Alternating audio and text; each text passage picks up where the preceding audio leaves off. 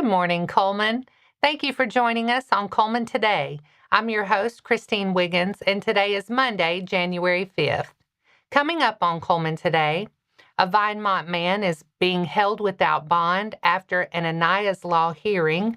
Plus, the city of Cullman is remembering a longtime employee who spent more than 2 decades caring for Cullman's trees. And heads up for your Monday commute, St. Joseph Street Northwest will be closed for a sewer repair. All of this plus sports, weather, and more. Now, let's take a closer look at the top stories happening in Cullman today.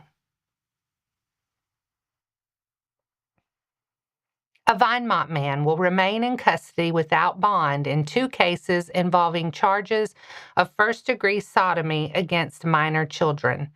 The Cullman County District Attorney's Office said Jesse Lee Kahn, 33, was ordered held without bond following an Aniah's Law hearing on December 30th in Cullman County Circuit Court. The ruling was made by Circuit Court Judge Emily Neeser Johnston.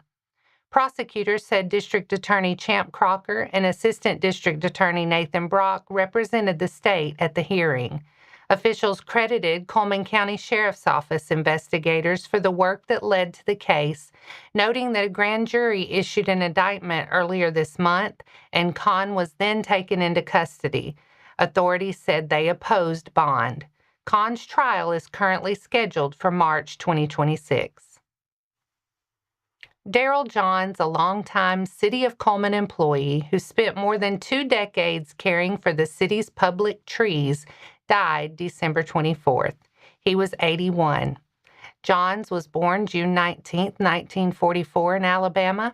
He served the city of Cullman, becoming a familiar presence in the planting, maintenance, and removal of trees on city property, including along streets, in parks, and other public spaces. Johns retired in 2021 after 23 years as the city arborist. In that role, he monitored tree health and safety, advised city leaders and the Tree Commission on urban forestry practices, and supported long-term planning tied to Cullman's tree canopy and broader urban forestry efforts. The city of Cullman recognized John's years of service and the impact his work following the news of his passing. He is survived by 2 daughters, Deanne Johns and Leanne Sterling, along with grandchildren and great-grandchildren. He was preceded in death by his wife, Joyce Wilson Johns. A celebration of life graveside service was held Monday, December 29th. Heads up if you travel on St. Joseph Street Northwest in Cullman. The city's sewer department says the road will be closed starting at 8 a.m. this morning for a sewer repair. The closure will remain in place until the work is finished, and emergency vehicles will not be able to get through the area. Drivers are asked to use caution and plan to detour. And that's all for our top stories this morning. Coming up, West Point kept its streak rolling at Fairview, and Addison and Lynn split a county doubleheader. We've got your local hoops highlights. Sports is next.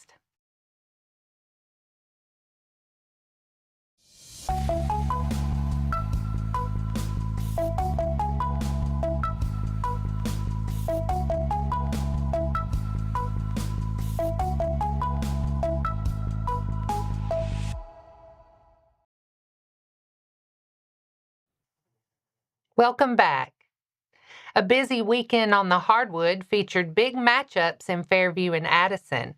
At Fairview, number 4 West Point came out firing and used an early first-quarter surge to seize control. The Lady Warriors raced to a double-digit lead, and even when Fairview answered with a couple of runs to cut into it, West Point kept responding with timely stops and baskets to maintain separation. Fairview stayed within striking distance at halftime and got a few key threes to fall down the stretch, but West Point's pressure and pace proved too much in a 61-43 win. West Point hosts Lawrence County Tuesday, while Fairview hosts Arab in a region showdown. In Addison, Lynn and Addison split a county doubleheader. The Lady Bulldogs flipped the script from the first meeting, playing even through the first half and taking a slim lead into the break. But Lynn opened the third quarter with a decisive run, then held off Addison's late push to secure a 40-36 win. In the boys' game, Addison set the tone immediately with full court pressure, jumped out early, and never let Lynn settle in. The Bulldogs built a big halftime lead and cruised to a 78-29 victory. And that's your look at local hoops highlights. Coming up next, Sportsworld Skate Center rang in the new year early with a kid-friendly daytime celebration. Plus, want to try barn quilts? 2 hands-on barn quilt ladder classes are set for February at the North Alabama Agriplex.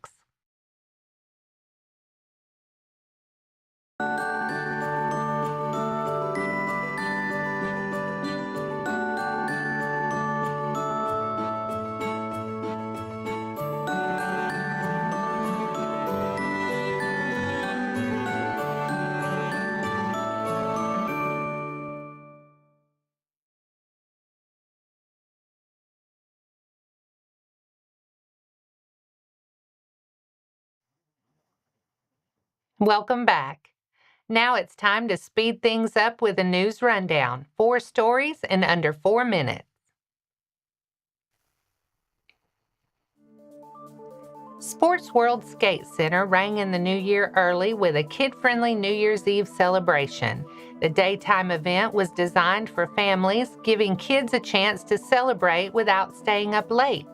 New owners Shay and Valerie Gentry, who took over the rink in March 2025, said they wanted to offer something local families could enjoy together. Sportsworld has been part of Cullman since the 1970s, and organizers called this the first New Year's celebration hosted at the Skate Center. The afternoon included kazoos, glow sticks, limbo, prize drawings, and a balloon drop, along with plenty of skating. Looking ahead, Sportsworld plans to host an autism awareness skate event in April and is accepting donations. For information about donations or volunteering, email myskateparty@gmail.com. For upcoming events and updates, follow Sportsworld Skate Center on Facebook. Cullman Community Theatre will bring Pride and Prejudice to the stage this spring with veteran director Christy McCrickard leading the production. The show follows Elizabeth Bennet as she navigates family pressure, social expectations, and her complicated relationship with Mr. Darcy in a story that blends romance, comedy, and sharp social commentary. Auditions are open to performers ages 15 and older, with an expected cast of about 25 to 30 roles for teens through older adults. Monologues and audition information are posted on Cullman Community Theatre's Facebook and Instagram pages, and cold readings may be part of callbacks. Resumes and headshots are welcome but not required. Auditions are set for Saturday, January 24th, Sunday the 25th, and Monday the 26th at Technology Village in Cullman, 105 Clark Street Northeast. Rehearsals begin February 16th, and performances are scheduled for April 23rd through 26th. Questions can be sent to christymccrickard@gmail.com, and more details are available on the Cullman Community Theatre Facebook page.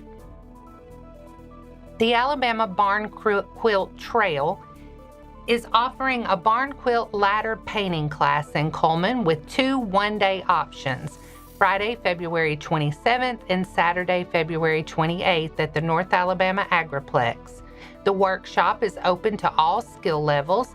Participants will choose from patterns made for ladder displays and paint 4 12 by 12 inch barn quilt panels in a single session. Organizers say you'll leave the same day with your panels ready to show on a handcrafted cedar ladder. Instruction includes pattern placement, taping, painting crisp lines, layering, and finishing. Paints and supplies are provided, but you'll need to bring an X-Acto knife and yellow frog tape. Space is limited to 15 people each day. Check the Agriplex Facebook page for registration details.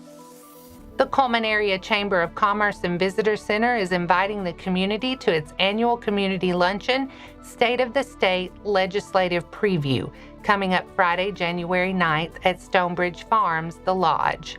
The event runs from 11:30 a.m. to 1 p.m. and is designed to connect local residents and business leaders with Montgomery lawmakers and provide a look ahead at issues expected to impact Cullman County and the region during the upcoming legislative session. The Chamber says attendees will hear directly from the local state delegation, including Senator Garland Gudger and Representatives Cindy Myrex, Tim Wadsworth, and Heath Albright, covering key priorities and policy topics. Tickets are $21 for Chamber members and $31 for non-members. The luncheon is sponsored by the Alabama Technology Network, with Cullman Regional Medical Center serving as the registration sponsor. Registration is available through the Cullman Chamber website. And that's your 4 stories in under 4 minutes. Now for a quick break before we look at the weather and pay our respects with Obituaries. I'll be right back after this quick message.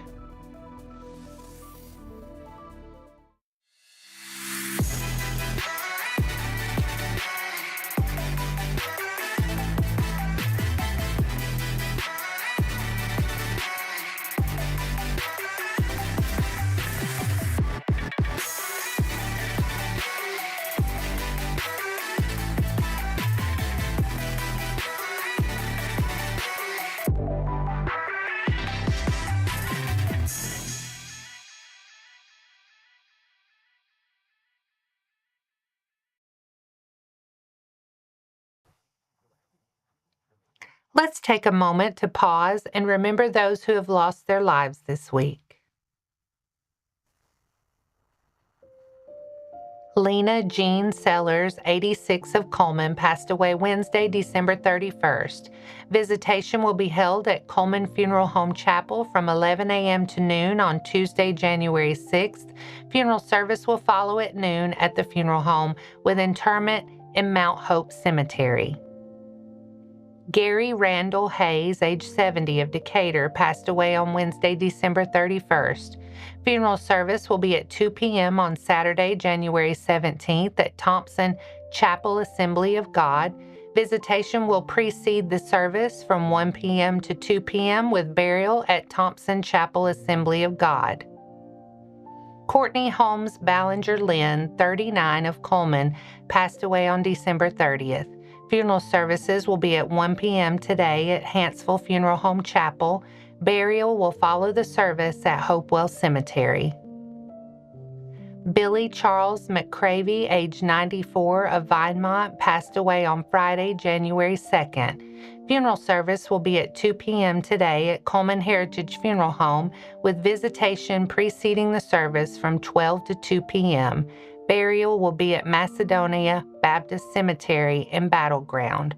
Our thoughts and prayers go out to their friends and families.